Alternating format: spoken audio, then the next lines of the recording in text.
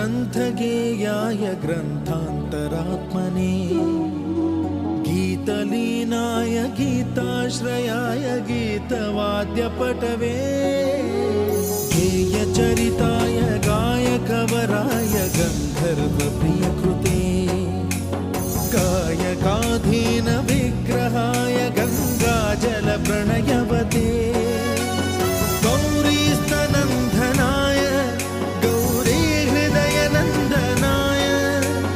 गौरभानुसुताय गौरीगणेश्वराय